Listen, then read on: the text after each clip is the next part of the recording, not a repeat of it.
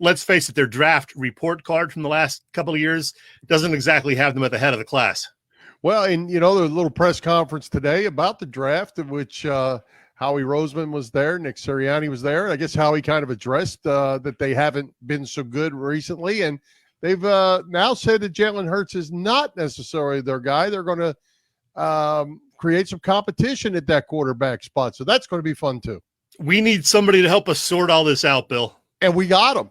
We're going to welcome back one of our favorite guests from Bleeding Green Nation, Brandon Lee Gouton. Welcome back, BLG. Plenty to talk about tonight.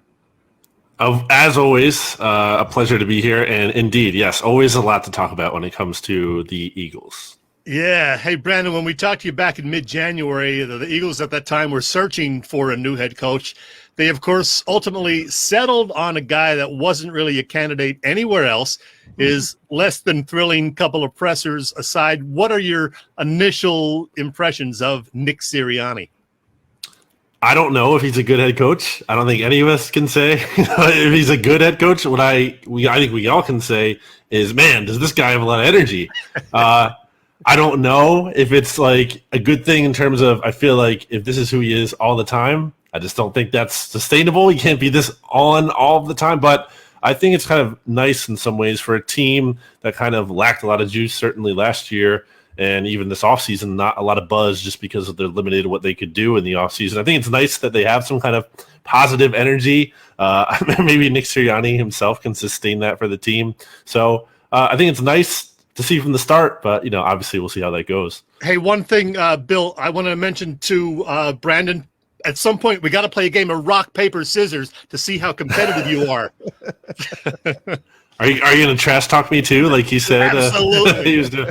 Okay, great. Take it away, Bill. Well, hey, let's just get right to it with the quarterback situation. I think we all felt the move was that Jalen Hurts was going to be the guy. Joe Flacco was going to be in place to be the veteran helping him out. That kind of changed today, maybe. What do you think of that? And to tie to that, a lot of discussion early on is they wanted to move up to possibly pick Wilson, and the Jets wouldn't get off of that pick. So where's it stand? Where's the quarterback situation? Yeah, they didn't even say his name really when they were talking about Jalen Hurts. Jeff McClain did a good job of really pressing Howie Roseman, and who then turned it over to Nick Sirianni about Jalen Hurts, because Howie tried to dodge that question kind of at first, or at least gave a non-answer. He didn't really say anything about Jalen Hurts, and then when pressed further upon it, turning it over to Sirianni, and Sirianni just talked about competition. That's all well and good. I don't think anyone's going to disagree with it's a good thing to have competition in theory. But, at the same time, you can still be like, hey, we have competition, but we like Jalen Hurts. Or we're excited about what he showed. Like, we have hopes for him. You could have said something about him without, actually having to hand him the job. There's a gap in between those two extremes there. So I think it's interesting because it's just a little weird because, Jalen Hurts is here. You would think he would be the guy. But I think it's very clear that this team isn't super committed to him. I think there's still a good chance, he's going to be the Eagles starting quarterback this year in 2021. But the Deshaun Watson rumors are out there. Quarterback falls unexpectedly in the draft. If they're just really waiting until next year to use those first round picks and to pivot to a new one, I just think they're far from sold on Jalen Hurts. Well, we talked to you a bit about this in January when it first started to come out, that there's really some major dysfunction in the Eagles front office. Jeff McClain did a story. More recently, there was the story in The Athletic. There's disagreements about roster decisions. Jeffrey Lurie maybe having too much say in things. He and Howie wanting a coach that they can control, for lack of a better word. How messed up is it in that front office from you've been able to tell? Well, I think a lot of people get on me, and that's fine. That's fair. Maybe I could be too down on the Eagles, but there's a reason why. And I feel like these are things that are consistent, with what I've heard over time. It's not like I'm shocked to hear these kind of developments. I think when you look at the Eagles' Super Bowl success, we all want to look at that and be like, this is a team that knows what they're doing. They're going to get back to this. But it's like, the more we get removed from that, it kind of looks like the outlier, right? And it's like, and even in that story from The Athletic, there was a source in there that said, like, how the heck did we win the Super Bowl? Like, I don't even know with all the stuff that goes on here. So I'm not going to say they're, the most dysfunctional team in the league. I don't think so. I think, obviously just last year magnified things, but it's not near the top either. They're not as functional as they could be. So there's room to improve. And I think anyone would hope that the Eagles can kind of look at those stories and say, okay, look, we need to reflect here and we need to try to get better at this and improve this instead of just looking at those stories and being like, oh, they're all fake and there's nothing to them. Well, I thought Howie's comments today were interesting in regards to the draft and saying, we haven't done so good. We haven't had a lot of hits, those sort of things. And that everybody was going to be involved in this and all. I didn't know if he was kind of shedding light looking back to that those other guys were involved, or if he's saying, hey, they're going to be involved now. You couldn't really figure that out, or I couldn't. Yeah, I think it's just clear that they need to alter the process, actually have a process. I feel like part of the problem that we saw in the story with the Athletic specifically is like there's too much like hunt and peck, I would say, almost when it comes to how the decisions get made. It's like, okay, Lurie is stepping in here, but then the coaches get blamed for the Rager pick, but then Carson Wentz has influence and he wants this thing, but then Fletcher Cox has a lot of influence too, and he wants it's like that's not collaboration to me. Like collaboration isn't just giving a bunch of different people the power in different situations. Like collaboration is hearing a lot of voices, having a strong decision maker at the top who is trusted to do their job, and not being the owner, like someone you hire as the owner, as a general manager, to trust that guy at the very top, and then that guy at the very top effectively managing different personalities and kind of get everyone pulling in the same direction. And look, it's a challenging job, admittedly, because you have a lot of different voices and different kind of backgrounds you're coming from in terms of scouting and coaching and analytics and all of those things. But it's his job ultimately to kind of get those guys on the same page to some extent. And I think it's clear that he hasn't done the best job of doing that. All right, the draft next week. Since we last talked, of course, the Eagles did trade down from number 6 to number 12. But because there will be at least 4 quarterbacks taken by then in all probability, and Kyle Pitts will be gone, a couple offensive tackles likely, the Birds may have their choice of the 2 Bama receivers, Jalen Waddle, Devontae Smith, perhaps even Patrick Surtain, the Bama cornerback, likely South Carolina cornerback J.C. Horn will be there, maybe even Penn State's Micah Parsons, the linebacker. So who should they target, and what do you think they will do? I want them to take Devontae Smith. It's really a no-brainer to me. I hope he's there on the board. I don't think it's a guarantee, although, obviously, like there's concerns, not for me, but concerns apparently around the league about his weight. I think he is kind of a Justin Jefferson, not the exact kind of, player and not the exact same kind of profile even. I think Jefferson, to me, checked all of the boxes.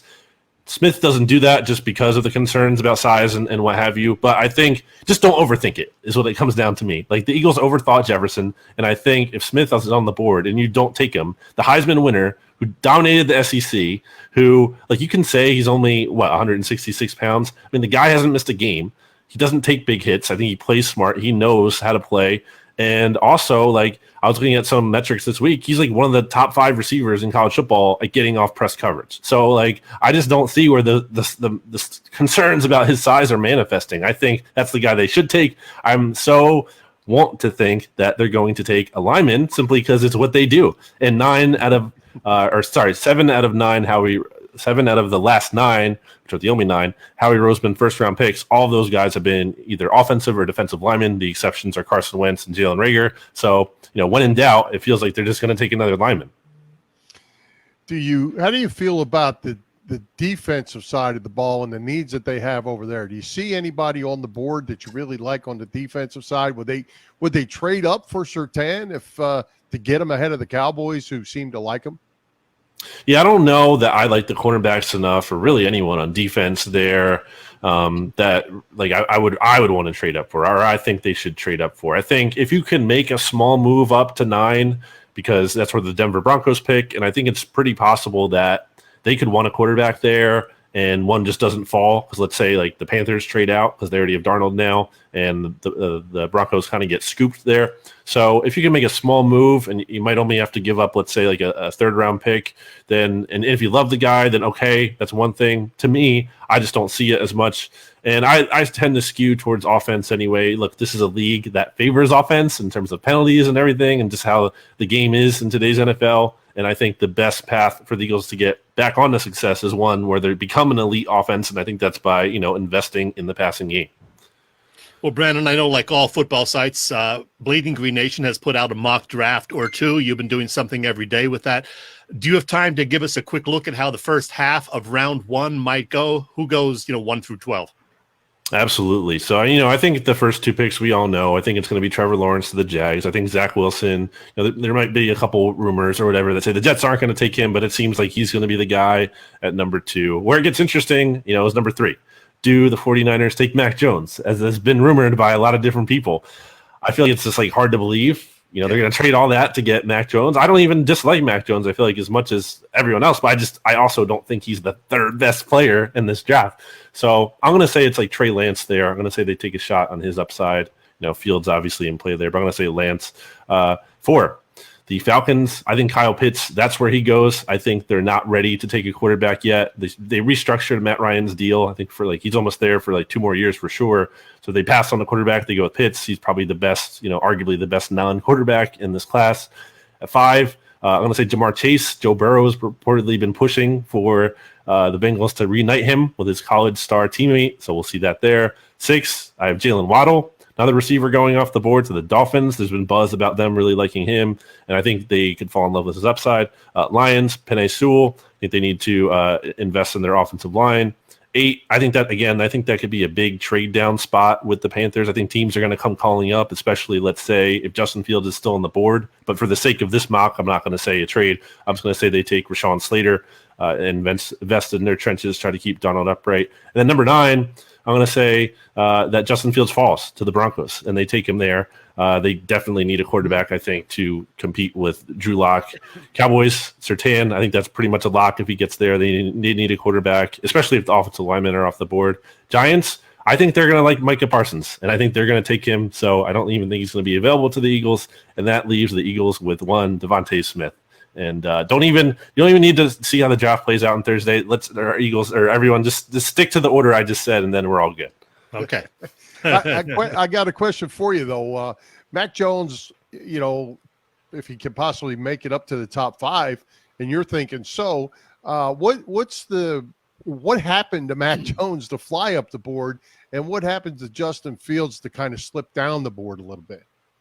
I think when you look at Jones, a lot of his numbers are even better in some areas than Joe Burrow's were. And now obviously those are different kinds of players ultimately in terms of athleticism and everything, and then track record. But I don't think Mac Jones is this joke of a prospect. So I think he's a legitimate prospect. I think his accuracy numbers are really encouraging. And I think that's obviously a super high trait to value. And then with Fields, I don't think he should be falling because I think he's really good as well. And his accuracy numbers are also very good. So I don't think he should be moving down. And maybe he's not. I don't know. I think it's very possible the 49ers take him there at number 3. There's kind of been, I guess, weird buzz around him, even coming out as soon as or as recently as today in terms of his health and everything. But I feel like I'd kind of ignore that. That might be from teams who kind of want to see him fall and push him down the board. I want to ask you a question about the Eagles' offensive line. Is Jordan Mailata, do you think, going to be the starter at left tackle? Is Andre Dillard still going to be on the team, or is he going to get sent packing? And where does Isaac Seumalo fit in? Is he going to be the heir apparent to Jason Kelce at center, or what? Yeah, really good questions there. So I think Mailata really is going to be the left tackle, or at least should be. Dillard, I think after June, a trade starts to become more feasible, and certainly the Eagles might be more willing to move him once they have some more pieces in terms of tackles from the draft and everything. I don't think it's going to work out here for Andre Dillard as a starter. I know some people might think that's premature, but I know the Eagles don't feel great about him, so I can't assume he's just going to be this key piece for them, even though that's really disappointing. And then with Seumalo. Yeah, I don't know, because when I've watched him in practice, he's had issues snapping the ball at times. I think he kind of got better at that throughout the time I've seen him practice, so it might not be as big of an issue as it once was for him. But it's a big question mark there. It's not a sure thing. Just projecting that. Obviously, he did it in college. He has experience doing it. Obviously, Kelsey's going to be back for this year, so you see how Seumalo does at left guard. And if he's playing at left guard, then I would just keep him there. But if you kind of need to make a move, or you don't find a good option in replacing Kelsey next year, well, then you're just going to have to move him over. The fans, it's on the top of the fans' head or tip of their tongue that Howie Roseman is on a hot seat with the fan base here in town. Is he safe with Jeffrey Lurie? I mean, all indications are he is, but is he?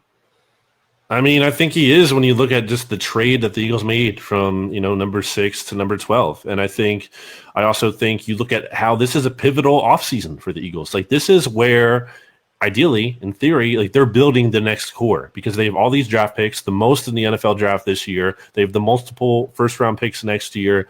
I really think, Howie Roseman is being trusted to build this thing up. And look, I've been plenty critical of Howie Roseman.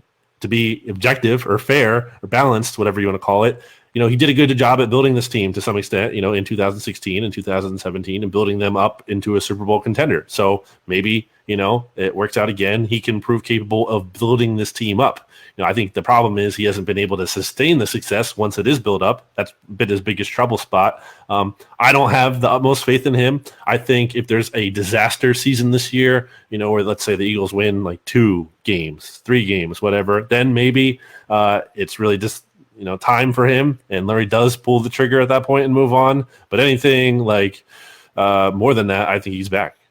One final question from me, Brandon. The Eagles have a lot of draft picks. I think 11, most of them, of course, down the bottom of that list. What do you think they're going to look for in rounds 3 through 7 with all of those picks that they have there? As we said at the top, they have needs pretty much everywhere, but is there anything that stands out for you they should be targeting?